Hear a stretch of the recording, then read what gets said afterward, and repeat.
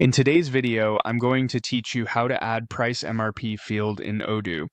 We're going to walk through a simple process inside Odoo to update a product's pricing by entering the sales price and then saving the change. If you're trying to manage product pricing more accurately, this is a quick and practical workflow to know. To begin, start from the home screen in Odoo. This is your main dashboard where you can access all the core apps and modules. From here, look for the Sales app and open it.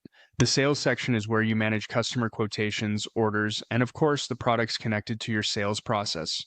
Once you're inside sales, click on products. This will open the product-related options available in the sales module. After that, click on products again to go into the full product list. This is the area where you can browse all the items currently set up in your Odoo database. Now, select the product you want to update.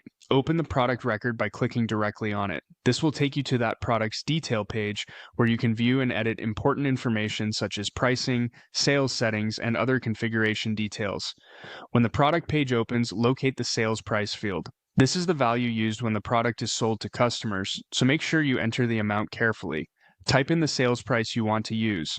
As a helpful tip, double-check the currency and the pricing format before saving, especially if your system is used across multiple regions or price lists. Even a small pricing mistake can affect quotations and sales orders later on. After entering the price, click the Save icon to store your changes. This step is important because if you navigate away without saving, the updated value may not be applied to the product record. And that's it. You've successfully updated the product price in Odoo.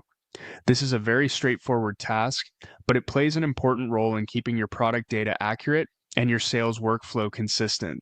If you're updating multiple items, it's a good idea to repeat the same process carefully for each product to avoid inconsistencies. Thanks for watching, and I'll see you in the next video.